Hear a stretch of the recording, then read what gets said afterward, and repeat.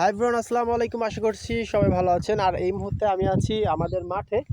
তো মাঠে আমাদের ভুঁই দেখতে আসছিলাম, প্লাস ওইখানে কিছু জমি ছিল যে জমিতে আমাদের ধান কাটা হয়েছে। তো যাই হোক, আল্লাহর সৃষ্টি এবং আল্লাহ চাইলে আপনাকে কিন্তু ভরপুর দিতে পারে। তার একটা উদাহরণ দেখেন, এই যে জমিটা দেখছেন, মানে অল্প হলেও মানে যে পরিমাণ ধান আসছে, মানে মাশাআল্লাহ, এক কথায় আলহামদুলিল্লাহ। তো এই জমিটাতে আমরা প্রথমত চারার হাতাল ছিল, মানে এক কথায় চারার হাতাল বলতে মানে চারা করছিলাম, মানে ধানের বীজটা আর কি আমরা বুনে দিছিলাম, ছিটিয়ে দিছিলাম।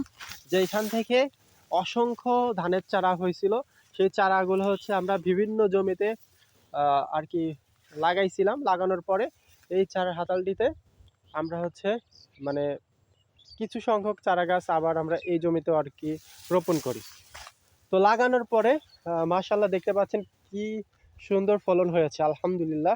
তো অনেক সুন্দর ফলন হয়েছে। তো যাই হোক, এবার যাদের ধানের চাষাবাদের জমি ছিল, মানে অধিকাংশ জমিতেই উচ্চ ফলনশীল ধান হয়েছে, মানে খুবই খুবই ভালো ধান হয়েছে। আংশিক হাতে গোনা কয়েকজনের ধান খারাপ। তো যাই হোক, আপনাদের এলাকায় কাদের ধান সব থেকে ভালো হয়েছে অবশ্যই কমেন্ট করবেন। তবে মাশাআল্লাহ আমাদের এই চারা হাতালটিতে অনেক সুন্দর ধান হয়েছে, যেটা আপনারা নিজের চোখেই দেখতে পাচ্ছেন।